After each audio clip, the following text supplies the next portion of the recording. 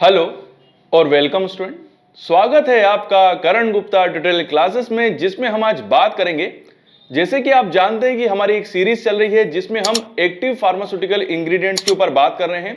इससे पहले वाला जो वीडियो था, जो लास्ट वीडियो था हमारा, उसके अंदर हमने बात करी थी कि जब हम एक्टिव फार्मास्यूटिकल इंग्रेडिएंट का प्रोडक्शन करते हैं तो उस प्रोडक्शन के बीच में जो हमारा क्वालिटी एश्योरेंस डिपार्टमेंट होता है, जिसे हम क्यूए डिपार्टमेंट कहते हैं, और क्वालिटी कंट्रोल डिपार्टमेंट होता है, जिसे हम क्यूसी डिपार्टमेंट कहते हैं, इनकी क्या क्या रिस्पॉन्सिबिलिटी होती है, जिससे कि हमारा जो प्रोडक्शन है उसकी इफिशियंसी इंक्रीज हो, साथ ही साथ हमारी प्रोडक्ट की जो क्वालिटी है वो भी इंप्रूव हो। तो बेसिकली हमने लास्ट वीडियो के अंदर क्वालिटी एश्योरेंस डिपार्टमेंट और क्वालिटी कंट्रोल डिपार्टमेंट की रिस्पॉन्सिबिलिटी के ऊपर बात करी थी। आज का जो ये पार्ट है या जो ये वीडियो है, बेसिकली इसके अंदर हम डिस्कस करेंगे कि जब हम एपीआई का प्रोडक्शन करते हैं तो बेसिकली जो प्रोडक्शन डिपार्टमेंट होता है, जो ये भी कह सकते हैं कि जो प्रोडक्शन डिपार्टमेंट में काम करने वाले लोग होते हैं, उनकी क्या क्या रिस्पॉन्सिबिलिटी होती है। रिस्पॉन्सिबिलिटी से मतलब है basically GMP guidelines. GMP guideline तो मैं नहीं बोलूंगा, क्योंकि जीएमपी गाइडलाइन के अंदर तो बेसिकली एक प्रॉपर गाइडलाइंस आती है। यहां पर मैं आपको ये समझाने की कोशिश करूंगा कि किन एफर्ट से या किन रिस्पॉन्सिबिलिटी को अगर हम प्रॉपर तरीके से फॉलो करें तो वहां पर हमारे प्रोडक्ट की जो क्वालिटी है वो इंप्रूव हो सकती है और हमको किसी भी टाइप का डेविएशन नहीं होगा या किसी भी टाइप की प्रॉब्लम क्रिएट नहीं होगी। यह वीडियो बहुत ही इंपॉर्टेंट होने वाला है उन स्टूडेंट्स के लिए जो कि एपीआई इंडस्ट्री में खासकर प्रोडक्शन डिपार्टमेंट के अंदर काम करना चाहते हैं या काम करने की सोच रहे हैं। तो उनके लिए इंटरव्यू पर्पज से भी, और खासकर जब आप वर्किंग करने के लिए जाएंगे तो ये वीडियो आपके लिए काफी इंपॉर्टेंट होगा, क्योंकि आपको सही सही मायनों में पता होगा कि आपको बेसिकली वहां पर क्या काम करना है और आपका क्या क्या काम है, और उसमें आपको पूरा वर्क आपका जो होगा, एक तरीके से आपकी जो रिस्पॉन्सिबिलिटी होगी, वो सारी चीजें जो होगी वो इस वीडियो के थ्रू मैं आपको क्लियर करने की कोशिश करूंगा। तो चलिए स्टार्ट करते हैं और बात करते हैं work responsibility of production department in API industry. जो सबसे पहली रिस्पॉन्सिबिलिटी होती है, ये अपने आप में बहुत ही इंपॉर्टेंट है। जैसे कि आप जानते हैं कि जो हमारी फार्मा इंडस्ट्रीज होती हैं, बेसिकली वो एक प्रोटोकॉल्स पे काम करती है। मतलब जो हमारा प्रोडक्शन होता है बेसिकली उसके अंदर प्रॉपर इंस्ट्रक्शन दिए जाते हैं, उन्हीं इंस्ट्रक्शंस को फॉलो करते हुए वो प्रोडक्शन की एक एक स्टेप को फॉलो करते हैं। तो यहां पर जो ये इंस्ट्रक्शंस होते हैं, चाहे वो स्पेसिफिकेशंस हो, एसओपी हो, जितने भी इंस्ट्रक्शंस होते हैं उनको प्रिपेयर करने का काम भी किसका होता है? प्रोडक्शन डिपार्टमेंट का होता है। तो बेसिकली सबसे पहले तो प्रोडक्शन डिपार्टमेंट की रिस्पॉन्सिबिलिटी होती है कि वो प्रोडक्शन से पहले हमको प्रोडक्शन कैसे करना है उसके सारे इंस्ट्रक्शंस को डेवलप करें। उसके अलावा जब पूरे इंस्ट्रक्शंस जो होते हैं वो प्रिपेयर हो जाते हैं तो उनको रिव्यू करना, उनको क्रॉस चेक करना, और उसके बाद उनको पूरी तरीके से हर तरीके से रिव्यू करने के बाद उनको डिस्ट्रीब्यूट करने का काम भी किसका होता है? प्रोडक्शन डिपार्टमेंट का होता है। यहां पर एक चीज मैं आपको बता दूं कि प्रोडक्शन डिपार्टमेंट जो होता है बेसिकली वो प्रोडक्ट को पूरा ही प्रोड्यूस करता है। मतलब जो हमारा एपीआई होता है बेसिकली वो अलग अलग स्टेज में, क्योंकि आपको पता है कि जो एक्टिव फार्मास्यूटिकल इंग्रेडिएंट होते हैं वो केमिकल रिएक्शंस के थ्रू डेवलप करते हैं। तो यहां पर इंटरमीडिएट प्रोडक्ट्स भी बनेंगे, फाइनल प्रोडक्ट भी बनेगा, स्टार्टिंग में रॉ मटेरियल भी होगा। तो इन सभी स्टेप्स को प्रॉपर तरीके से फॉलो करने का काम कौन करता है? प्रोडक्शन डिपार्टमेंट करता है। उसके अलावा जो प्रोडक्शन डिपार्टमेंट जो बहुत ही इंपॉर्टेंट पार्ट होता है, जो सबसे इंपॉर्टेंट डॉक्यूमेंट होता है, वो होता है प्रोडक्शन बैच रिकॉर्ड। इस प्रोडक्शन बैच रिकॉर्ड को प्रिपेयर करने का काम कौन करता है? प्रोडक्शन डिपार्टमेंट करता है। इनकी सबसे बड़ी रिस्पॉन्सिबिलिटी यही होती है कि ये प्रोडक्शन बैच रिकॉर्ड को, जो कि एक प्रॉपर डॉक्यूमेंट है, उसको सिस्टमेटिक वे में फिल करें। और किसी भी टाइप की, मतलब फिल करने से मतलब ये है कि वो ऑनलाइन रहे। यहां पर देखिए इंडस्ट्री जो होती है, फार्मा इंडस्ट्री, उसमें जितने भी डॉक्यूमेंट की फिलिंग होती है वो ऑनलाइन होती है। ऑनलाइन का मतलब वो इंटरनेट वाला ऑनलाइन नहीं कह रहा हूं, जो काम हुआ है उसको एज इट इज फॉर्म में फिलअप कर देना। मतलब यहां पर किसी भी टाइप का डिले नहीं होता है। जैसे ही कोई प्रोसेस हुई है उसको ऑन रिकॉर्ड के अंदर फिल कर दिया जाता है। जो भी आपको रीडिंग मिली है उसको एज इट इज आपको फिल करना है, आपको बिल्कुल भी डिले नहीं करना है। कहने का मतलब ये है कि अगर कोई प्रोसेस हुई है, आपको किसी टाइप का रिजल्ट मिला है और वो दोपहर की 2 बजे मिला है, तो आपको दोपहर की 2 बजे ही डॉक्यूमेंट के अंदर फिलअप कर देना है। ऐसा नहीं कि 2 बजे वो प्रोसेस हो चुकी है और आप शाम की 5 बजे उस डॉक्यूमेंट के अंदर फिलअप कर रहे हैं। तो ये गलत प्रैक्टिस होती है। हमेशा हमको ऑनलाइन रहना है। मतलब जैसे जैसे प्रोसेस होती जा रही है उस हिसाब से हमको डॉक्यूमेंट के अंदर रीडिंग्स नोट डाउन करनी है। ये एक ऑनलाइन प्रोसेस है। तो जब भी आप इंडस्ट्री के अंदर काम करें तो हो सकता है कि इंडस्ट्री में कई लोग होंगे जो आपको बोलेंगे कि बाद में ये रिकॉर्ड फिल कर देंगे, या बाद में एंट्री कर देंगे, बाद में सिग्नेचर कर देंगे। ऐसा आप कभी मत करना, ना उनकी कभी बातों में आना। आप हमेशा इंडस्ट्री के अंदर आप ऑनलाइन रहना।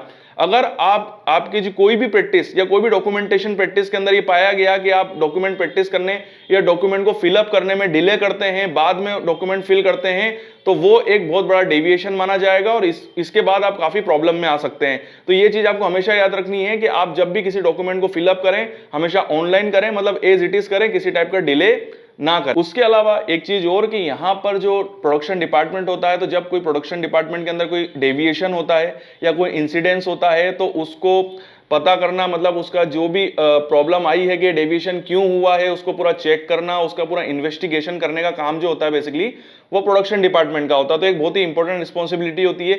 एक चीज मैं आपको बता दूं कि डेविएशन को इन्वेस्टिगेट करने का काम बेसिकली हायर अथॉरिटी के लोग करते हैं प्रोडक्शन डिपार्टमेंट में, मतलब असिस्टेंट मैनेजर लेवल हो गया या एग्जीक्यूटिव लेवल के जो लोग होते हैं बेसिकली उनका काम होता है कि वो जो भी डेविएशन वहां पर हो रहा है उसको इन्वेस्टिगेट करें, उसका डॉक्यूमेंटेशन करें और प्रॉपर तरीके से क्यूए को ये सारी चीजें बताएं कि यहाँ पर हमारे मतलब ये हमारे यहाँ पर डेविएशन हुआ है और हम इस वजह से डेविएशन हुआ है, वो पूरा डॉक्यूमेंटेशन वर्क होता है। तो ये काम जो होता है बेसिकली प्रोडक्शन डिपार्टमेंट की रिस्पॉन्सिबिलिटी होती है। उसके अलावा यहाँ पर क्लीनिनेस, प्रोडक्शन डिपार्टमेंट के अंदर जो क्लीनिनेस जो होती है, मतलब जो साफ सफाई होती है, उसमें भी बहुत ही इंपॉर्टेंट रोल होता है प्रोडक्ट की क्वालिटी पे। मतलब जो हमारी क्लीनिनेस है उसका हमारे प्रोडक्ट की क्वालिटी पे सीधा सीधा इफेक्ट पड़ता है। तो उस क्लीनिनेस को चेक करने का काम, उनको इवोल्युएट करने की जो रिस्पॉन्सिबिलिटी होती है बेसिकली वो प्रोडक्शन डिपार्टमेंट की होती है। तो ये एक प्रॉपर तरीके से वो क्रॉस चेक करते हैं हमेशा कि क्लीनिनेस जो हो रही है वो प्रॉपर हो रही कि नहीं हो रही है। यहाँ तक कि जो क्लीनिंग का जो डिपार्टमेंट होता है बेसिकली जिनका काम होता है क्लीन करना, वो भी प्रॉपर डॉक्यूमेंट वे में प्रॉपर प्रोटोकॉल के थ्रू होता है। आप जब भी किसी फार्मा इंडस्ट्री के अंदर जाएंगे तो आप किसी भी डिपार्टमेंट इंटर करेंगे तो वहां पर आपको एक चार्ट मिलेगा, उस चार्ट में पूरा मेंशन होगा कि इसकी जो क्लीनिंग है वो इस पर्टिकुलर डिपार्टमेंट की है, इस पर्टिकुलर रूम की। यहाँ तक कि अगर आप किसी बाथरूम का भी यूज करेंगे तो उस बाथरूम के बाहर पूरी तरीके से ये मेंशन होगा कि इसको कब क्लीन किया गया था, उसकी डेट टाइम, मतलब अगर आज, क्योंकि सुबह एक क्लीननेस होती है तो सुबह, जिस बाथरूम की बात कर रहा हूं मैं, तो बाथरूम में सुबह 7 बजे क्लीनिंग होगी तो 7 बजे का टाइम डला हुआ होगा और वहां पर सिग्नेचर होगा और उसकी जो अगली क्लीनिंग कब होगी वो भी मेंशन होगी। तो ये सारी चीजें जो होती हैं वो प्रॉपर तरीके से पूरी इंडस्ट्री के अंदर फॉलो की जाती है और सब जगह अलग अलग। क्योंकि अगर आपने मेरा क्लीनिंग वैलिडेशन वाला वीडियो देखा है तो वहां मैंने सिस्टमेटिक वे में क्लियर भी किया है कि हर डिपार्टमेंट की जो क्लीनिंग होती है वो अलग अलग होती है। तो ये सब चेक करने की जो रिस्पॉन्सिबिलिटी होती है बेसिकली, खासकर मैं यहाँ प्रोडक्शन डिपार्टमेंट की बात कर रहा हूं, मैं क्यूसी और क्यूए की बात नहीं कर रहा हूं, प्रोडक्शन डिपार्टमेंट जो कि बहुत ही इंपॉर्टेंट है क्लीनिंग का वहां पर, क्योंकि वहां पर कंटामिनेशन हो सकता है, ड्रग इंट्रैक्शन हो सकता है। तो ये सब इस वक्त किस वजह से होगा, अगर वहां पर प्रॉपर क्लीनिंग ना हो।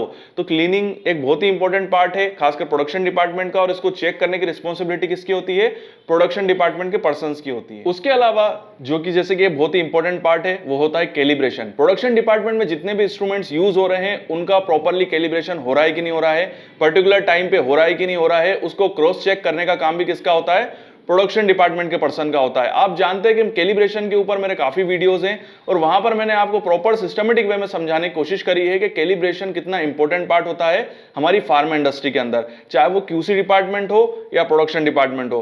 तो कैलिब्रेशन एक बहुत ही इंपॉर्टेंट पार्ट है खासकर फार्मा इंडस्ट्री का, और उसको खासकर प्रोडक्शन डिपार्टमेंट के अंदर वो प्रॉपरली फॉलो हो रहा है कि नहीं हो रहा है उसको ध्यान रखना और उसको क्रॉस चेक करने का काम किसका है, प्रोडक्शन डिपार्टमेंट के पर्संस का होता है। उसके अलावा जो प्रोडक्शन डिपार्टमेंट के अंदर जो प्रीमाइसिस होता है, जैसे कि मैंने आपको बताया कि उस पर्टिकुलर प्रीमाइसिस की और प्रोडक्शन डिपार्टमेंट की प्रॉपर क्लीनिंग हो रही कि नहीं हो रही है, उसको भी क्रॉस चेक करने का काम किसका होता है, या वो प्रॉपर हो रही कि नहीं हो रही है उसको ध्यान रखना और उसको वॉच करने का काम भी प्रोडक्शन डिपार्टमेंट करता है।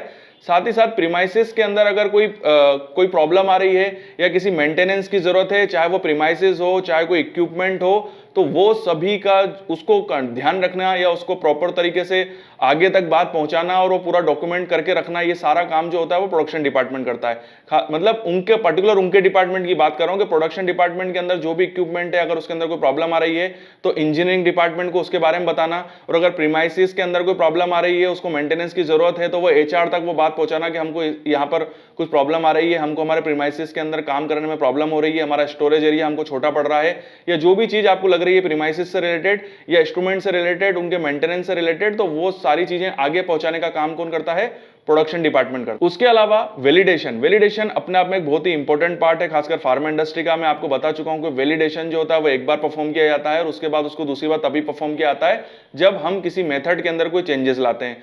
तो किसी भी इंस्ट्रूमेंट का वैलिडेशन करना, किसी मेथड का वैलिडेशन करना, ये सारा काम, और वैलिडेशन अगर आपके पास आ गया है तो उसको प्रॉपर तरीके से इवोल्युएट करना, उसकी रिपोर्ट बनाना, उसको वेल डॉक्यूमेंट करना, ये सारा काम जो होता है बेसिकली ये प्रोडक्शन डिपार्टमेंट के पर्संस की रिस्पॉन्सिबिलिटी होती है। वैलिडेशन का इंपॉर्टेंस मैं पहले ही बता चुका हूं, क्योंकि मैंने सभी टाइप के वैलिडेशंस अपने वीडियोस के अंदर क्लियर किए हैं, चाहे वो क्लीनिंग वैलिडेशन हो, मेथड वैलिडेशन हो, इंस्ट्रूमेंटेशन वैलिडेशन हो, पर्सोनल वैलिडेशन हो, सभी टाइप के वैलिडेशन को मैंने सिस्टमेटिक वे में क्लियर किया है। तो आप उन वीडियो को देख के आप समझ सकते हैं कि यह सारे वैलिडेशन क्या होते हैं और इनको कैसे परफॉर्म किया जाता है। उसके अलावा अगर एचआर डिपार्टमेंट के द्वारा या फार्मा जो उनका हायर अथॉरिटी है प्रोडक्शन डिपार्टमेंट की, जो हायर अथॉरिटी से मतलब है कंपनी की जो हायर अथॉरिटी होती है, वो कई बार प्रोडक्शन डिपार्टमेंट के अंदर डिफरेंट चेंजेस करती है। इन चेंजेस के अंदर ये चेंजेस कौन से हो सकते हैं? हो सकता है ये चेंजेस इंस्ट्रूमेंट लेवल पे हो के नए इंस्ट्रूमेंट्स उनको प्रोवाइड करा दिए हों, नई मशीनरी दे दी गई हो, नया प्रीमाइसेस उनको प्रोवाइड करा दिया गया हो, या नए पर्सन्स की भर्ती कर दी गई हो। तो इन सभी को इवैल्यूएशन करना, उनको क्रॉस चेक करना कि वो प्रॉपरली वर्क कर रहे हैं कि नहीं कर रहे हैं, और उससे प्रोडक्ट की क्वालिटी में किसी टाइप का इफेक्ट तो नहीं पड़ रहा है, ये सभी काम किसका होता है? प्रोडक्शन डिपार्टमेंट के पर्सन्स का होता है। तो एक बहुत ही इंपॉर्टेंट रिस्पॉन्सिबिलिटी है बेसिकली। तो ये जो भी रिस्पॉन्सिबिलिटी में ज्यादातर जो रिस्पॉन्सिबिलिटी है इसके अंदर ये सारे हायर अथॉरिटीज की रिस्पॉन्सिबिलिटी है, जिसमें आपके एग्जीक्यूटिव लेवल और उनसे ऊपर के जो पर्सन्स होते हैं, जो एग्जीक्यूटिव हो गए, असिस्टेंट मैनेजर हो गए, मैनेजर, जनरल मैनेजर, इस लेवल के जो पर्सन्स होते हैं बेसिकली उनकी ये रिस्पॉन्सिबिलिटी होती है। जो निचले लेवल पे जो ऑफिसर लेवल पे जो लोग काम कर रहे हैं उनकी रिस्पॉन्सिबिलिटी कम है, बट जो हायर अथॉरिटी के जो पर्सन होते हैं उनकी रिस्पॉन्सिबिलिटी इस पूरे वीडियो के अंदर जो मैंने बातें करी हैं वो ज्यादा आती है। उसके अलावा अगर किसी भी टाइप का चेंज परफॉर्म हो रहा है इंडस्ट्री के अंदर, आपको किसी भी टाइप के चेंजेस हो रहे हैं, तो उनको भी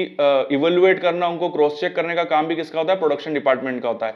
ये चेंजेस दो टाइप के हो सकते हैं, या तो आपकी कोई मेथड चेंज हो जाए, ठीक है, या आपका जो वर्किंग प्रोटोकॉल है वो चेंज हो जाए, तो इस टाइप के चेंजेस को भी इवैल्यूएट प्रोडक्शन डिपार्टमेंट के पर्सन करेंगे। एक चेंज ये भी हो सकता है कि आपको सब नई चीज दे दी जाए, एक चेंजेस हो गया और एक हो गया पूरा का पूरा मॉडिफाइड कर दिया गया हो, चाहे वो इक्विपमेंट लेवल पे हो, प्रीमाइसिस लेवल पे हो, नए पर्सन्स आपको दे दिए गए हो जो ज्यादा क्वालिफाइड पर्सन हो, तो ये भी एक चेंज होता है। तो इनको पूरी तरीके से इवैल्यूएट करने का काम किसका होता है? हमारे प्रोडक्शन डिपार्टमेंट का होता है। तो यहां पर मैंने ये डिस्कस किया इस वीडियो के अंदर कि जब हम एपीआई का प्रोडक्शन करते हैं बेसिकली, तो वहां पर जो क्वालिटी मैनेजमेंट, इसे हम क्वालिटी मैनेजमेंट भी कहते हैं, कि वहां पर जो वर्क करने वाले लोग हैं उनकी क्या क्या रिस्पॉन्सिबिलिटी होती है, जिससे कि उनके प्रोडक्ट की क्वालिटी इंप्रूव हो सकती है, और साथ ही साथ वो अपना अच्छा से अच्छा एफर्ट देके अच्छा से अच्छा प्रोडक्शन कर सकते हैं। ठीक है, तो यहां पर हमने ये डिस्कस किया। अगले वीडियो के अंदर हम ये बात करेंगे कि देखिए यहां पर हमने क्या क्या डिस्कस कर लिया है, क्यूसी के बारे में बात कर ली है, क्यूए के बारे में बात कर ली है, प्रोडक्शन के बारे में बात कर ली है। अगर सही मायनों में बोला जाए तो ये सभी चीजें जो होती है ना, ये एक तरीके से जो हमारा प्रोडक्ट का प्रोडक्शन हो रहा है उसको पूरी तरीके से क्लियर कर देती है। मतलब एक तरीके से यहां तक हो गई तो कंप्लीट हो गया काम। बट उसके अलावा भी कुछ ऐसे पॉइंट्स हैं या कुछ ऐसे डिपार्टमेंट्स हैं जिनके बारे में हम सोचते नहीं है, बट ये हमारे प्रोडक्ट की क्वालिटी पे बहुत इंपॉर्टेंट इफेक्ट डालते हैं। तो अगले वीडियो के अंदर हम बात करेंगे बिल्डिंग, प्रीमाइसेस और कंस्ट्रक्शन के बारे में, और साथ ही साथ हम जो कंटोनमेंट जोन होते हैं जहां पर हमारा प्रोडक्ट स्टोर होता है, उनमें क्या क्या फैसिलिटीज होनी चाहिए और उनको किस टाइप से डिजाइन किया जाना चाहिए, हम इसके ऊपर डिस्कस करेंगे। और उनके कुछ पॉइंट्स के बारे में डिस्कस करेंगे कि जब इन सभी, चाहे वो बिल्डिंग प्रीमाइसेस हो या वो कंटेनमेंट जोन हो, जब इनको कंस्ट्रक्ट किया जाता है, जब इनका कंस्ट्रक्शन होता है, तो किन किन पॉइंट्स को ध्यान रखा जाता है जिससे कि हमारे प्रोडक्ट की जो प्यूरिटी है वो इंप्रूव होती है और उसमें किसी भी टाइप की इंप्यूरिटी जो होती है वो इंटर नहीं हो पाती है। तो अगले वीडियो के अंदर हम ये सब डिस्कस करेंगे। ये वीडियो आपको कैसा लगा कमेंट्स में मुझे जरूर बताइएगा। वीडियो देखने के लिए थैंक यू वेरी मच। आपके उज्जवल भविष्य की कामना करता हूं और यूं ही बने रहिए मेरे साथ। अगर आप भी इन इंस्ट्रूमेंट्स पे ट्रेनिंग करना चाहते हैं तो you are most welcome in our institute. हमारा पता और ईमेल आईडी मैंने नीचे दिया हुआ है, तो यहां पर आप मुझे मेल कर अपनी इंफॉर्मेशन, अपने कॉन्टेक्ट नंबर मुझे सेंड कर सकते हैं। और साथ ही साथ हमारे पास कौन कौन से इंस्ट्रूमेंट्स है तो उसकी लिस्ट में आपको साइड में सेंड कर रहा हूं।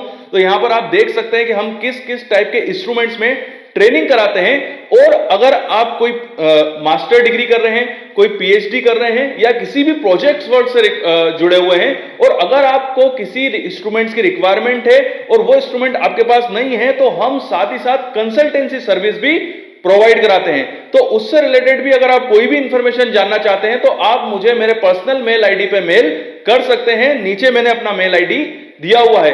और मैं अपने उन स्टूडेंट से बात करना चाहता हूं कि वो स्टूडेंट जिनको कोई डाउट है, कोई क्यूरी है, बट कमेंट्स बॉक्स में कई बार ऐसा होता है कि वो क्यूरी और डाउट इतने बड़े होते हैं कि मैं कमेंट्स बॉक्स में उनको उनके आंसर सही तरीके से नहीं दे पाता हूं।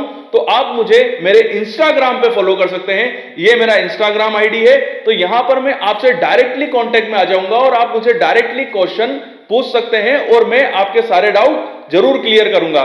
तो वीडियो देखने के लिए थैंक यू वेरी मच और यूं ही बने रहिए मेरे साथ।